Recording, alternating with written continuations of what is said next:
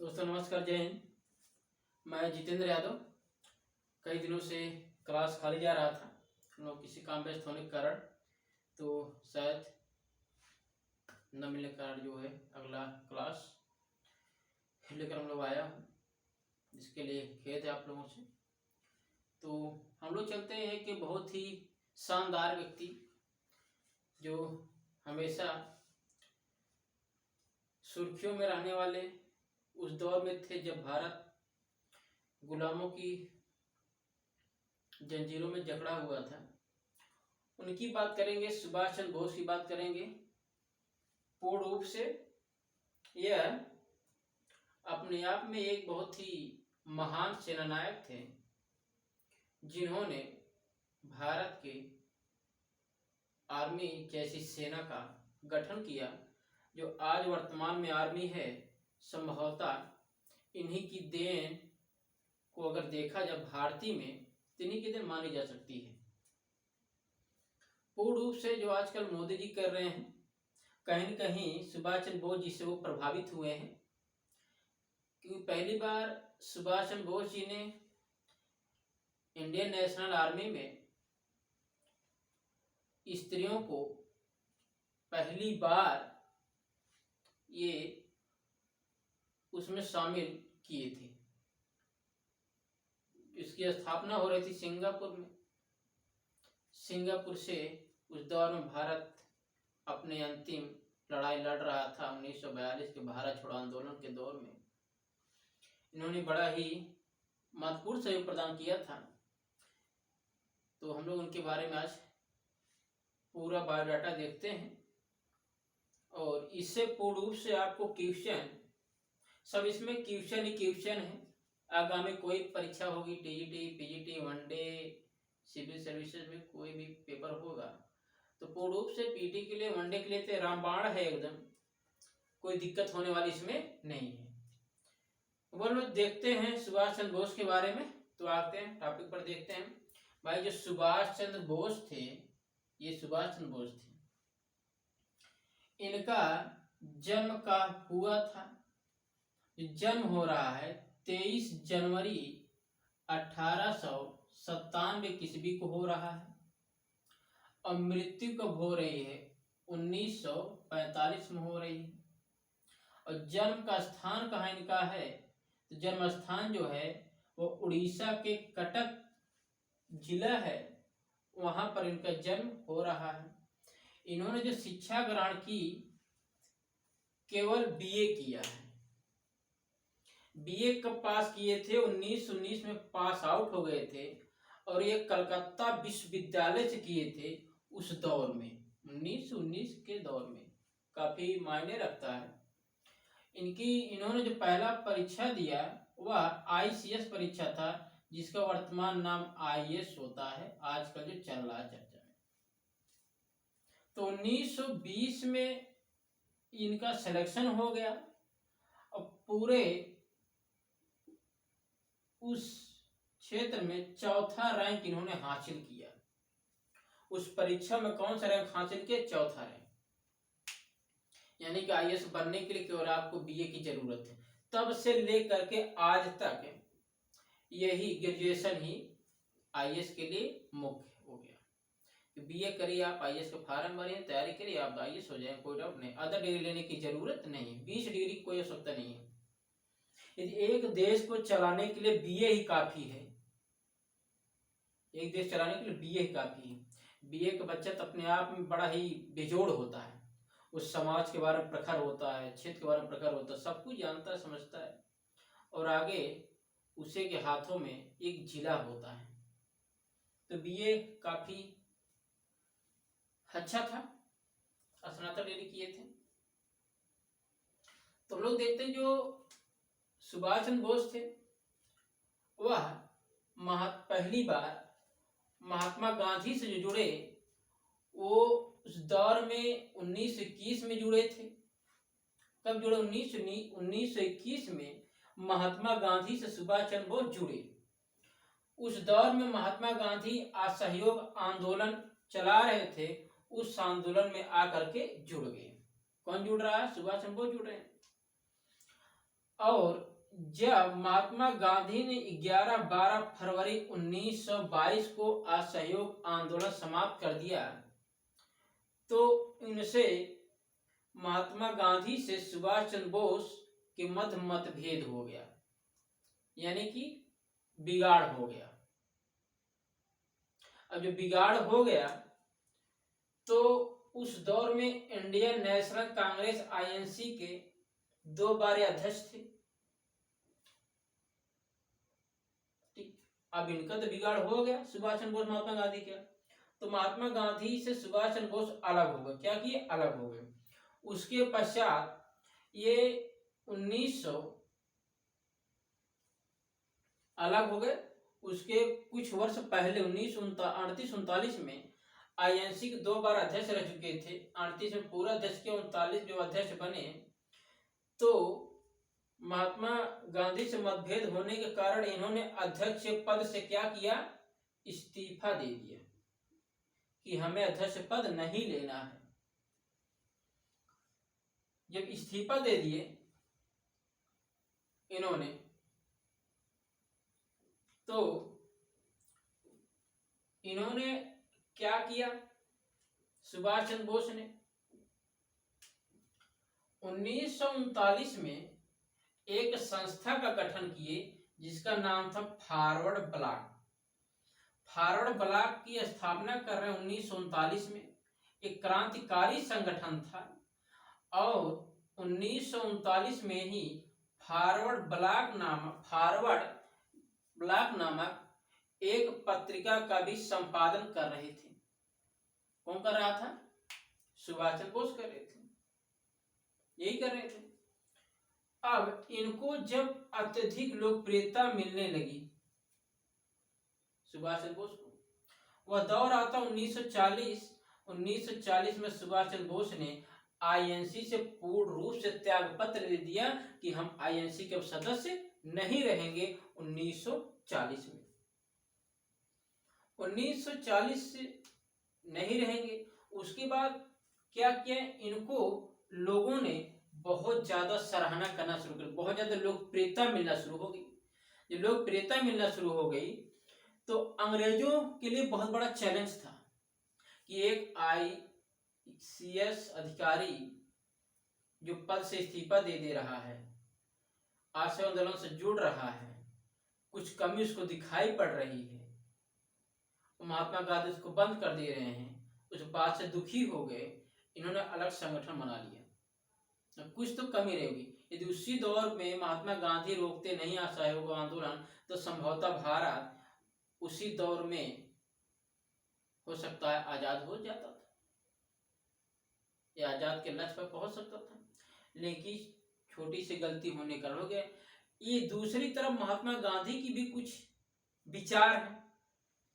उन्होंने कहा कि हमारा असहयोग आंदोलन बंद नहीं होना चाहिए, ये विचार तो था, लेकिन उसमें एक समस्या ये थी कि उन्हीं की विचारधारा थी कि हमारे आंदोलन में हिंसा नहीं होगा। क्या नहीं होगा? हिंसा नहीं होगा। एक तरफ तो महात्मा गांधी चाहते थे हमारा आंदोलन बंद ना हो, दूसरी तरफ उनकी ये भी विचारधारा थी यदि हिंसा होगा तो हमारा आंदोलन तुरंत स्थगित कर देंगे। पूर्ण रूप से 11-12 फरवरी 1922 को चौरी चौरा का कांड होता है। चौरी और चौरा का कांड होता है। यह यूपी के गोरखपुर जिले में पड़ेगा, जहां पर किसानों और अंग्रेज सिपाहियों के मध्य झड़प होती है। महात्मा गांधी के जो आंदोलन कर रहे थे, उनके सहयोगी उस चौरी चौरा एक जेल है, थाना है कह सकते हो, थाने को घेर लिए और पोड़ूस उसमें आग लगा दिए। सारे के सारे सिपाही जल के मर गए। इस बात से दुखी होकर महात्मा गांधी ने अपने विचार को जो रखा था कि हिंसा नहीं होना चाहिए, उस विचार को तुरंत वहीं पर रख दिया। भाई हमारे में यदि हिंसा हुआ तो अपना आंदोलन तुरंत स्थगित कर देंगे। उन्होंने रोक दिया। ये रोक दिए तो ये सुभाष चंद्र बोस दुखी हो गए, विचार अलग हो गया। तो महात्मा गांधी बड़े ही महान व्यक्ति थे और एक क्रांतिकारी संगठन के थे सुभाष चंद्र बोस।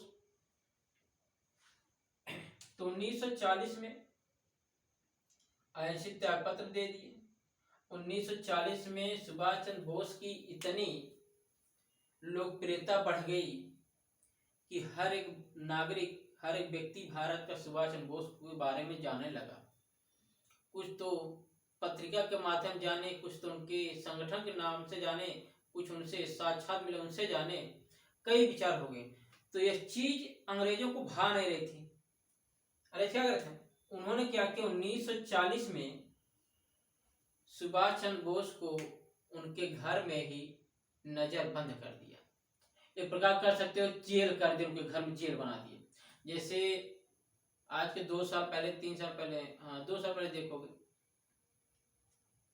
कि भारत के पीएम और गृह मंत्री अमित शाह जी जम्मू कश्मीर के मुख्यमंत्री महबूबा मुफ्ती और अब्दुल्ला उनके घर में नजरबंद कर दिए थे। बस नजरबंद मतलब उनके घर में ही, कहीं आने जाने परमिशन नहीं होगी, कहीं जाएंगे तो उनसे कहीं नहीं, कोई मिल नहीं सकता, ना आ सकता, ना जा सकता है। बड़ा ही कठिन स्थिति होती है। बंद कर दिए थे। बंद कर देंगे तो इनकी जो लोकप्रियता वो घट जाएगी, पूर्ण रूप से घटेगी। आपसे कोई मिल नहीं पाएगा, आपके विचार समझ नहीं पाएंगे, तो पूर्ण से आपकी लोकप्रियता क्या होगी, घट जाएगी।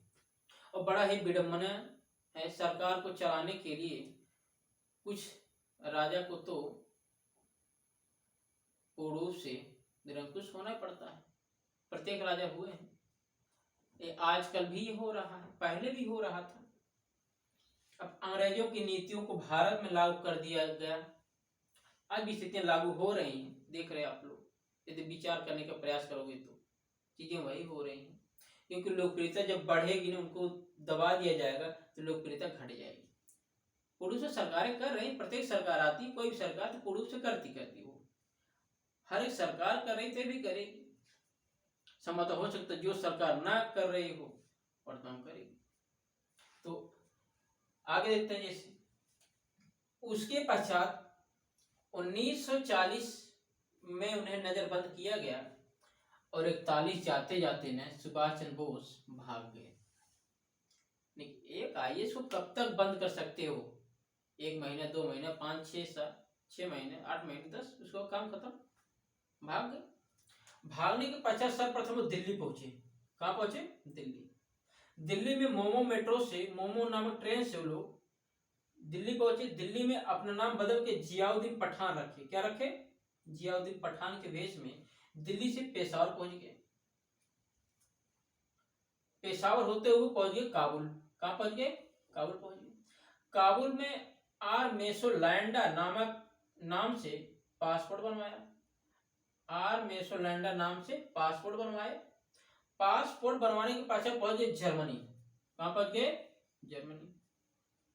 और इसी दौर में देखोगे 1939 से 45 के मध्य, 39 से 45 के मध्य द्वितीय विश्व युद्ध चल रहा था। द्वितीय विश्व युद्ध चल रहा था। जर्मनी बड़ा ही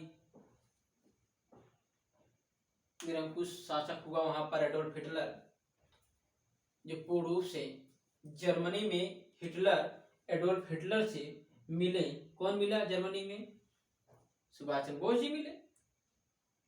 मिलने के पश्चात उन्होंने अपने विचार को रखा। हिटलर ने उनको सम्मान किया, बैठाया, बढ़िया से कोई व्यवस्था किया, बोला आपको जितना दिन रहना आप रहिए, कोई डाउट यहाँ पर नहीं। 1940-41 से भागे पहुंचे। उसके पश्चात हिटलर का सहयोग प्राप्त करके इन्होंने मुक्ति सेना का गठन किया जर्मनी में। कहाँ किया गठन? जर्मनी में कर रहे हैं।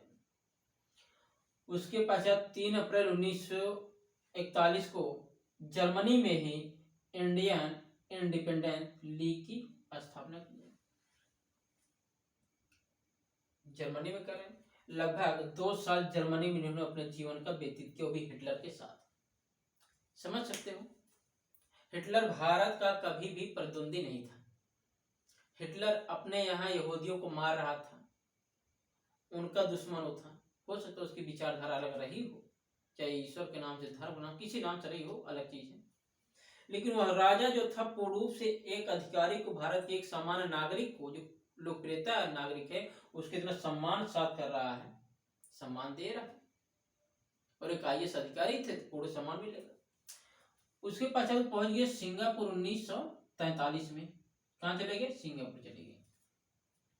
और सिंगापुर जाने के पश्चात इन्होंने क्या किया, 21 अक्टूबर 1943 को आजाद हिंद सरकार की गठन कर दिए। किसका गठन कर दिए? आजाद हिंद सरकार का गठन कर दिया।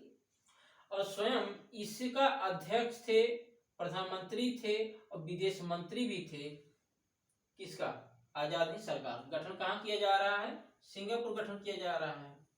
इसके राष्ट्राध्यक्ष भी थे, प्रधानमंत्री भी थे और विदेश मंत्री भी थे। उसके पश्चात इन्हें कुछ उपाधि मिली है कुछ महान लोगों के द्वारा, जैसे रविन्द्रनाथ टैगोर ने इन्हें देश का नायक कहकर संबोधित किया है। ये उपाधियां देने का प्रयास किया गया है रविन्द्रनाथ टैगोर को।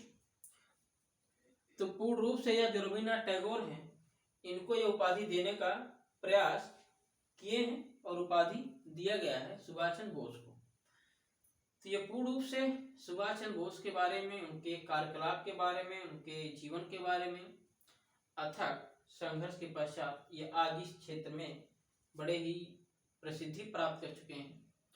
तो पूर्ण रूप से आपको लाभ प्राप्त होगा, ये आप देखिए और आगे बढ़ते रहे।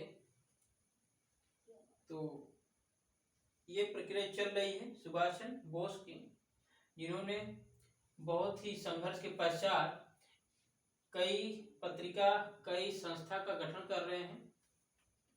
पहली बार स्त्रियों को इन्होंने आर्मी में, अपने संस्था में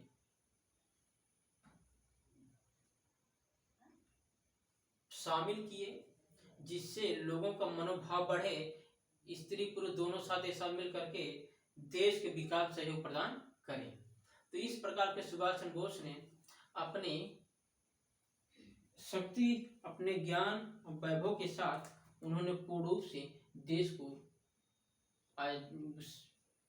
जंजीर से निकालने का प्रयास किया है।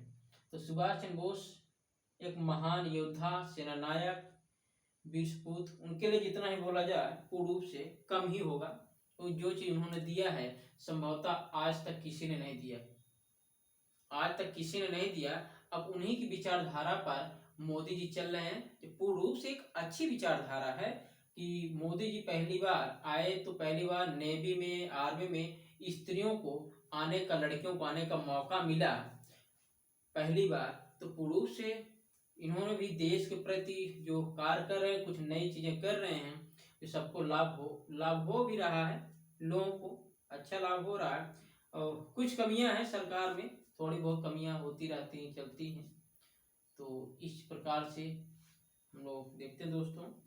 अगला क्लास जो है नेक्स्ट दिन मिलेंगे, तो ये अपलोड करते हैं। जय हिंद।